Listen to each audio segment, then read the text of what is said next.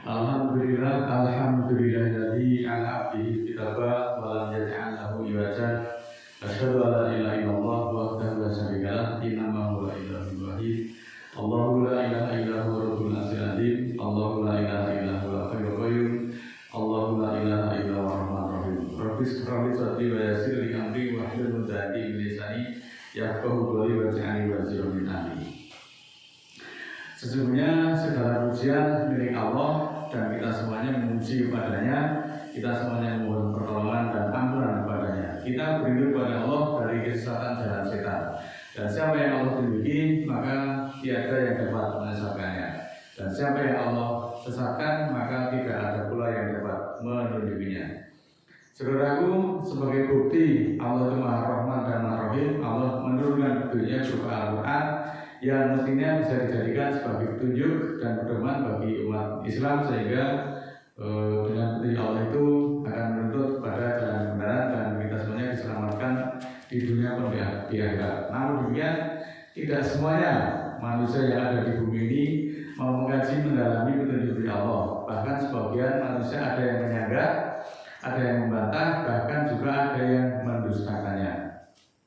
Nah, perbedaan antara membantah, menyanggah, dan mendustakan ayat-ayat itu terletak pada tingkat penolakan dan sikap terhadap kebenarannya. Membantah itu lebih bersifat umum, yaitu menolak ataupun menyangkal suatu pernyataan atau penilaian. Menyangkal lebih spesifik, yaitu menolak suatu kebenaran yang sudah jelas atau sudah diakui. Sedangkan mendustakan adalah yang paling parah, yaitu menolak kebenaran dengan sengaja, bahkan menganggapnya sebagai suatu kebohongan. Membantah merupakan tindakan yang menolak atau menyangkal suatu pernyataan klaim ataupun pendapat. Membantah bisa dilakukan dengan berbagai cara, seperti memberi argumen yang berbeda, menunjukkan bukti yang bertentangan, atau sekedar menyatakan ketidaksetujuan. Contohnya, beberapa kalangan mengkritik ayat-ayat tertentu yang dianggap bertentangan dengan temuan ilmiah. Mari kita simak petunjuk dari Allah yang ada di dalam Al-Quran. Yang pertama di dalam surah ke-6 ayat 25. A'udzubillahi minasyaitonir rajim. Bismillahirrahmanirrahim. Wa minhum may yastami'u ilaika wa ja'alna 'ala qulubihim akinatan ayyabuhu wa fi adanihim waqra. Wa iyyaru kulla ayatin la yu'minu biha hatta idza ja'uka yujadilunaka yaqulu alladziina kafaru in hada ila asatirul awalin. Dan dari mereka ada yang mendengarkan perkat padamu, dan kami jadikan atas hati mereka penutup untuk memahaminya, dan pada telinganya mereka ada sumbatan ataupun halangan.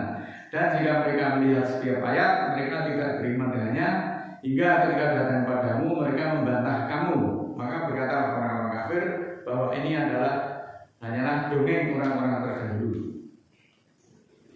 Kemudian surat ke-8 ayat 13, dzalika bi'annahum saqullaha wa rasulahu wa may yushaqiqillaha wa rasulahu fa innallaha shadidul iqab.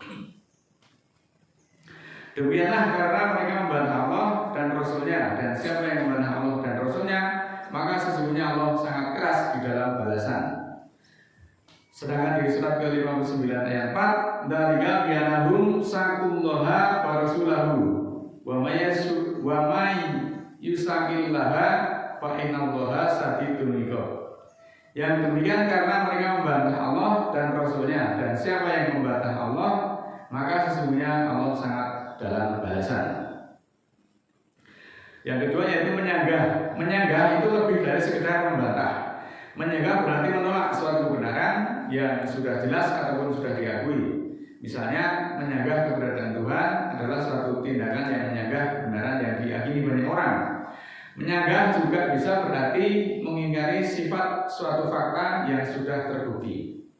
Surat ke-4 ayat 14, wa may ya'sillaha wa rasulahu wa yata'adda hududahu yudkhilhu naron khalidan biha wa lahu adzabun muhin.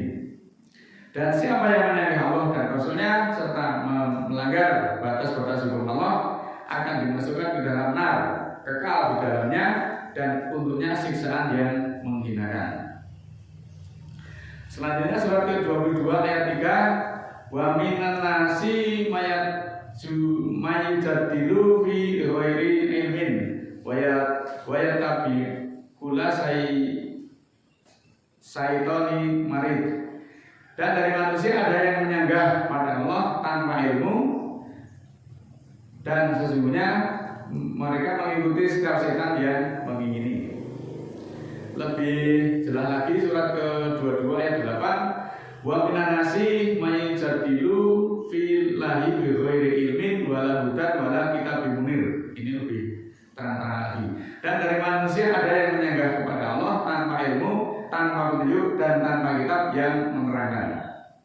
Nah, muslimin muslimat yang dimuliakan Allah, ayat ini menyoroti orang-orang yang menolak keberadaan Allah dan sifat-sifatnya tanpa memiliki dasar pengetahuan yang kuat, tanpa bukti yang jelas, membantah ini secara ugal-ugalan, membantah kewaton, pokoknya gitu.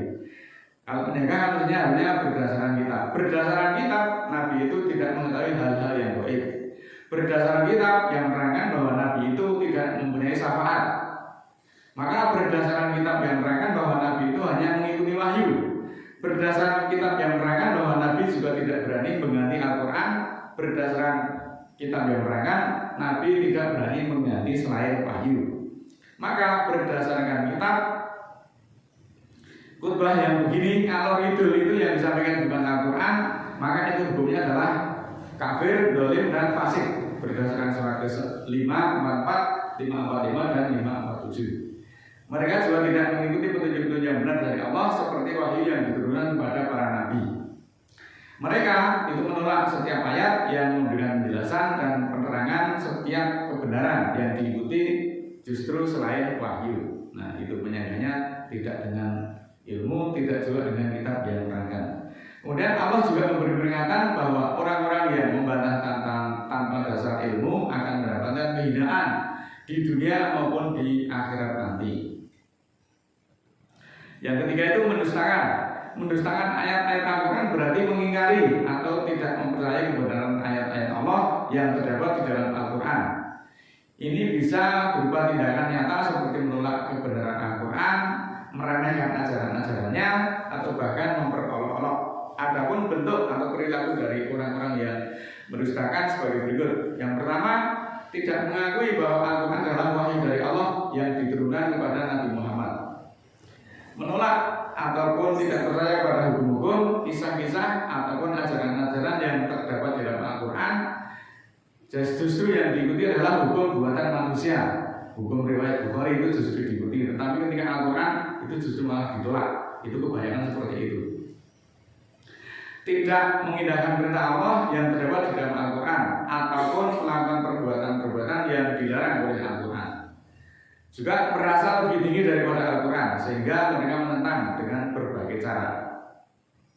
Surat ke-7 ayat 176 Allah menjelaskan sebagai berikut. Walau syi'na la rafa'nahu biha walakinnahu akhlada ilal ardi wa taba'a hawahu wa masaluhu kamasalil kalbi in tahmil alaihi yalas aw tatruhu yalas. Dalika bi annahum kadzabu billadzi nakadabu bi ayatina fa qasusil qasasa la'allahum yatafakkarun. Kalau Allah menghendaki, maka Allah akan angkat dia dengannya dengan ayat-ayat Al-Quran. Tetapi dia berkekalan di bumi, dia mengikuti hawa nafsunya. Maka permisalannya seperti anjing. Jika dihalau katanya anjing itu hanya menjulurkan lidahnya, atau untuk tinggalkan anjing itu hanya terengah-engah menjulurkan lidahnya. Seperti itulah perumpamaan orang-orang yang mendustakan ayat-ayat kami. Maka ceritakanlah cerita ini, semoga mereka memikirkan. Saudaraku yang dimuliakan Allah, alangkah hinanya setiap orang-orang yang mendustakan ayat-ayat Allah. Allah sampai membuat perumpamaan orang yang mendustakan ayat-ayat Allah itu seperti anjing. Kenapa seperti anjing? Anjing itu kita perhatikan. Kalau anjing itu dihalau, itu hanya melet-melet atau hanya terengah-engah. Jika anjing itu dibiarkan, mereka juga hanya melet-melet saja. Anjing itu tidak gagas, dinengke kalau digusah itu sama saja, mereka hanya melet-melet. Maka kisah seperti ini disuruh mengisahkan kepada nafsu gitu. Pasti orang yang diberitahu pasti marah-marah, tetapi ini perintah Allah, maka ceritakanlah kisah ini kepada setiap manusia agar mereka mau mengikuti dan menyadari kembali kepada Al-Quran tanpa serikat. Maka kesimpulannya bahwa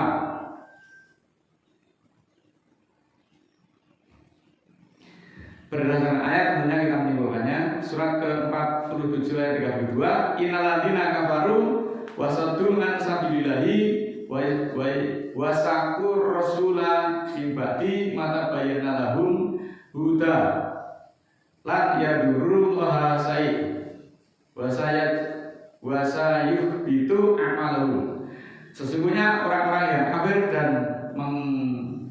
berpaling dari garis hukum Allah dan membantah Rasulnya sesudah terang baginya petunjuk, tidaklah akan membahayakan Allah sesuatu pun dan akan Allah lenyapkan dari amal-amal mereka. Surat ke-4 ayat 14, wa may ya'silaha wa rasulahu wa yata'adda hududahu yudkhilhu naro khalidan biha walahu adabun muhin. Siapa yang menyanggah Allah dan Rasulnya serta melanggar batas-batas hukumnya akan dimasukkan di dalam nar, mereka kekal di dalamnya, untuknya siksaan yang menghinakan.